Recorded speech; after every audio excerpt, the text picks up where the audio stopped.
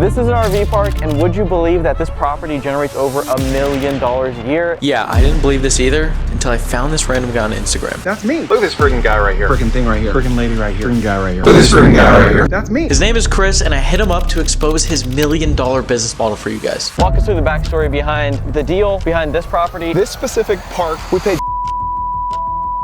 Wow. We make money in 6 different ways at this RV park that I'm at right here. But you might be wondering who this handsome guy is. My name's Johnny Robinson. Some people call me the house cleaning daddy. I've helped people generate over $50 million through their boring businesses. And today, let's uncover what RV parks are all about. So I flew all the way from Las Vegas to the middle of nowhere just for you guys. And we're gonna break down the economics behind RV parks, how you can get started, and how much money you can make. So this is my good friend Chris. Some people call him the side hustle king. We just call him that. But Chris, tell us where we're at. We are at the Ardmore Lakes RV Resort. This is a beautiful park because people wouldn't look at it as anything special, but I look at this as a cash cow. Because you didn't start this, you Nope. bought this. And so walk us through the backstory behind the deal, behind this property, and then you've also bought a lot of other properties. Maybe talk to us about that. This specific park, my group bought a little under a year ago. We paid $3.5 million for it. It just appraised for about $5.5 million last month. Damn, son. It has 105 pad spots. Most of them are on this side of the property. About 30 of them are on the other side of the road. You've got a pool, a lake, a couple fishing lakes, a couple water slides, some amenities, Storm shelter. a repair facility, a clubhouse, another clubhouse, some cabins. Wow. Obviously, buying an RV park costs a lot of capital upfront, but Chris is about to give us the sauce if you decide to join in this endeavor.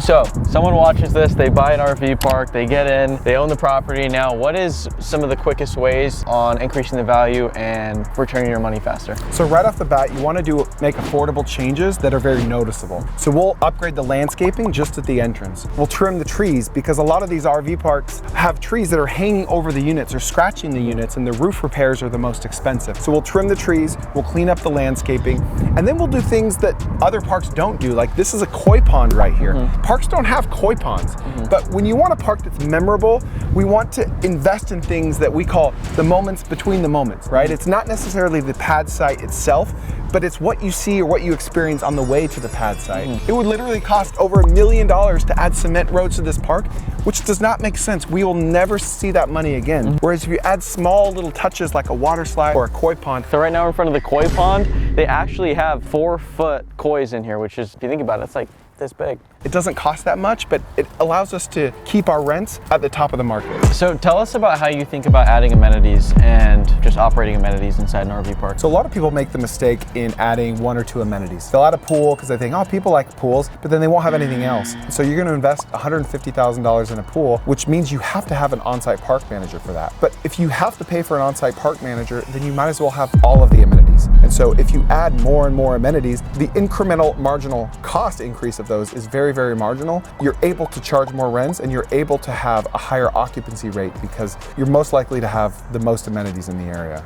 And how much does a park manager typically cost? It depends. We have some park managers that just manage 1 park. We have park managers that manage 3, 4, 5 parks if they're in a tight radius. They can cost anywhere from $50,000 a year for a smaller park, or if they're only managing 1 park, up to $150,000 plus per year. But before hearing how this park makes money, let's get some backstory on Chris. Chris, why don't you tell us what got you into RV parks? Why this asset class? Why this business? So I was a 22-year-old college student at the University of Alabama, and I wanted to buy rental houses. I wanted to be a real estate guru. So I started buying these cheap rental houses in Alabama, and it went well, and I was cash flowing. But then I moved to Texas for a different business opportunity. And when I got here, I met up with a guy that started buying RV parks because he had more investment money than he knew how to deploy, and it's very inefficient to deploy investor capital into single-family homes. Yeah. So he bought an RV park thinking, okay, I'll be able to invest $1 million into this instead of 50 grand into home at a time. And he fell in love. He wanted to scale that. We met, we partnered. Camera died, but they partnered up and started slinging RV parks like Batman and Robin for 6 years now. So Chris, talk to me. Why did you decide to invest in the middle of nowhere, Oklahoma? See, I love that. I love that you said that because on paper, on a map, this is the middle of nowhere, Oklahoma. We're connecting Dallas-Fort Worth, 8 million people, and Oklahoma City, 2 million people through I-35. This park is right off I-35. I call this the barbell strategy. DFW, OKC are each ends of the barbell, and we're right in the middle of that. So land is still relatively cheap here. Assets are still relatively cheap here. We want to drive on the thoroughfares that people are driving through, not where people already are. This business is starting to sound like a cash cow. What could the downsides be? What do people not talk about when owning RV parks? What's unsexy about this? The unsexy part is the capital expenditures can be higher than expected. So there are risks in anything you do. And in my experience in real estate, the big risk is occupancy, right? If I buy this apartment complex, am I gonna be able to keep it at 95% occupancy? But with RV and mobile home parks, that's generally not a problem. The risk that you do have is not uncovering little capital expenditure or operational expenditure line items that might come up after closing. Are RV parks peak real estate? I guess we will find out. Stay tuned. This will probably blow your mind. And so, how does an RV park make money? Primarily by renting out spots. It's a beautiful business because if you look at single family homes, you're gonna be lucky to cash flow $100 to $200 a month. And then when you scale, you've got homes all over a city or a metroplex. For RV parks, you don't maintain anything. We don't own any of these RVs. We only own and maintain the infrastructure under the ground, the electrical, the sewer, and the water lines, which really the city maintains. So people come here and they'll spend $60 to $100 a night to stay here, and we don't have any responsibility for maintaining their unit, or they'll spend $600 to $700 a month to stay here, and there's really very little maintenance for us. Why don't we go ahead and take a look at the property, and I'll break down exactly how it makes money. Let's do it. All right, Chris, tell us where we're standing, what's the importance of this, and how much money can you make? So any type of RV park has two types of lot. You got back-ins and pull-throughs. This is a pull-through, which means the RV owners don't have to back up. A lot of these RVs have cameras, but they just don't feel comfortable doing it. So it's actually incredible how much of a value add it is when you buy a park that only has back-in sites to convert them to pull-through sites. An owner will come in, they'll know the number of their site, they'll pull in this way, and they'll stop when their septic tank is about close to this. For this slot here, right, because this is what you would charge for, how much would this cost RV owner to come park here for both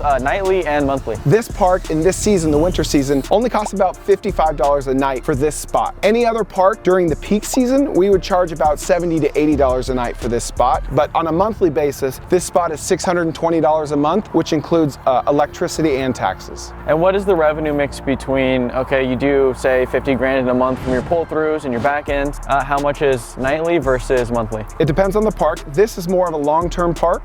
Most of our tenants are staying month to month. Maybe they're working blue-collar jobs, civil engineering jobs in the area, pipeline jobs. This park is about 80% long-term stays, 20% short-term. So this park in particular has about 35 pull-throughs and 70 back-in spots, but we happen to charge the same for all of them. And when we're not full, we'll put tenants in the pull-throughs first because it's the most desirable. So that's 105 pad sites total, about $60 a night. So on paper at full occupancy, we're making $6,000 a night if it were all short-term stays. But if it were 100% long-term park, then we'd make about $60,000 a month in gross revenue. But that's the beauty of this whole industry, is it's a hedge against a down economy. When the economy's strong, we see a higher percentage of short-term stays, which is much more profitable for us. When the economy tanks, this is the most affordable form of housing. So we would, in that case, see much more monthly stays and still be profitable. So in a perfect world, you can make $6,000 a night at full occupancy, but the craziest part about this business is you don't only make your money off of renting a lot. So we're at a new area of the park in front of these cabins, and this is actually the second way that RV parks make money. Chris, why don't you break it down for us? So this park here has 110 units. 105 of those units are pad sites, either pull-through or back-in spot. But we have 5 units that are cabins, or in this case, a double-wide manufactured home. Behind us are 4 of those cabins. They all rent out for about $1,000 a month. Yeah, that's actually pretty crazy that you can rent a cabin here for $1,000 a month, especially because I know this one over here is 3-bed, 2-bath, and it's only $1,000. Is this normal for RV parks? Do they typically have the lots that you can rent for your RV and then also affordable housing on top of it too? Yeah, it's very rare to find an RV park that just has one form of affordable housing. A lot of times you'll have self-storage, RV pads, RVs that you can actually rent out on a long-term basis, mobile homes, FEMA trailers, single-family homes at times. You never know what you're gonna get, and oftentimes the hairier a deal, like the more varied the units, the better of a deal you're gonna get. So we have 5 manufactured homes on the facility right now in cabins. What do those cost to build? Did they come with a property? Did you build them? Like how does that work? These all came with the property. We have some parks that have $150,000 tiny homes that rent really well. And how do you determine whether or not you should add in other housing options on top of the RVs? Like in this case, we have the cabins. It all comes down to what our our marketing does. If we're able to buy a park that has not been doing marketing previously, which is most of them, and then we pull our marketing levers, Facebook Marketplace, Facebook ads, etc., we're able to fill the park really quickly at market rents. At that point, we would much rather bring in more units than just keep pushing the rents on tenants higher and higher and higher. We don't want to be in the max rent business. We want to be in the 100% occupancy business. So guys, if you think about it, it's actually pretty crazy because these 5 cabins alone add an additional $5,000 a month or $60,000 a year to this property. So right now we're in front of what I think is actually the biggest revenue generator for this park, and it's not what you would think it would be. And anyone who's running a similar business like this or looking to get into a business like this should absolutely use this strategy. Let's go check it out. So we're in front of the parts store right now, and there's also a service side where you help repair RVs and you charge for it. And this is a big moneymaker for this park specifically. So talk me through the economics behind pricing, how much you make here, and how you price your service business as well. So anytime we roll up on an RV park like this during the due diligence phase and see an ugly metal building, that's like gold to us, right? There's money in that ugly metal building. So on any given month, that building, the service center, will do as much, if not more revenue than the 110 units we have out here. $40,000 to $60,000 plus a month. What's genius about it is this is the only RV repair facility in South Central Oklahoma. So if you're on a trip heading up I-35 and something breaks, you're gonna pull out your phone, you Google it, find us. We're gonna come in and say, all right, that part's gonna be here in 3 days. Where are they gonna stay during those 3 days? They're gonna stay here, right? We're vertically integrated here. So we get people off the highway, we save them from all their problems, and then they stay here while they're at it. And then if they're heading to Dallas, and then they're gonna head back up to Chicago on the way back, then we're gonna get them for 3 more days on the way back as well. So you're telling me this little store right here makes just as much, sometimes more revenue than your RV rentals? Yeah, and because of the fact that people have to wait for parts, sometimes it even contributes to this side of the business as well. Wow.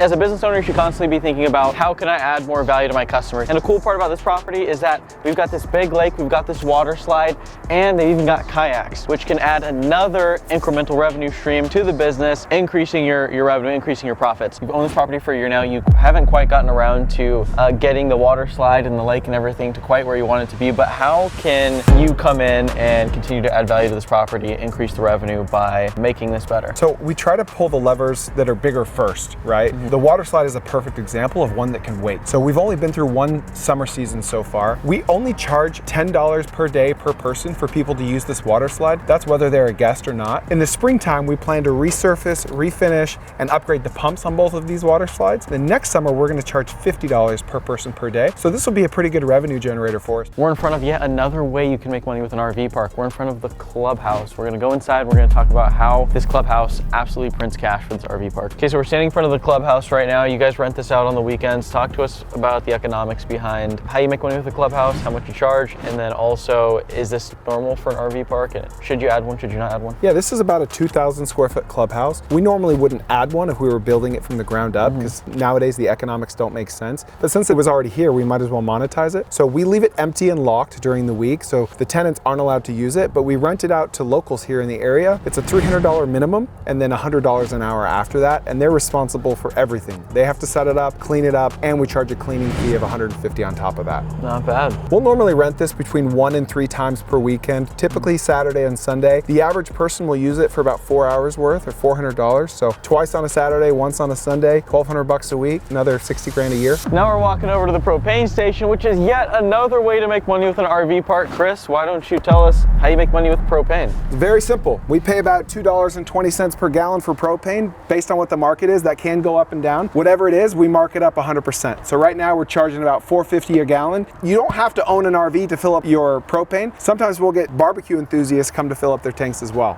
So you're monetizing not only the people that are staying here, but locals as well. Yeah, because if you Google propane Ardmore, Oklahoma, we're gonna pop up. You're probably seeing a common theme here where there's a lot of different ways to make money with an RV park, and it's like that in most businesses. There's always going to be new ways to make money off of the customers that are already paying for your product or services. And that's one of the core fundamentals. You should always be looking for ways to get your customers to buy more of your stuff. And in this case, they're already here, they have their RVs. Well, what are they going to need? They're going to need parts, they're going to need repairs probably, they're going to need propane, they're going to need a place to hang out with their friends and family maybe if they're in town, the clubhouse. It's really cool how Chris takes advantage of cross-selling his customers new services and products. And in any business, even if you're not buying an RV park, there's always opportunities like this because your competition likely doesn't really care that much. Most owners in any industry get complacent at certain levels in business. And so it's a good opportunity for you to come into different industries and look for those businesses where the owners got a little complacent and stopped caring a little bit, because that's where you're gonna make the money. If you watch this and you're even more interested in RV parks, then you should definitely check out mhpguide.com. It's Chris's website. We'll put it in the description below. It's a really undervalued asset class right now, and I think it's a really underrated opportunity to get into. And if you haven't already, hit subscribe, turn the notification bell on, and I'll see you in the next one. Peace.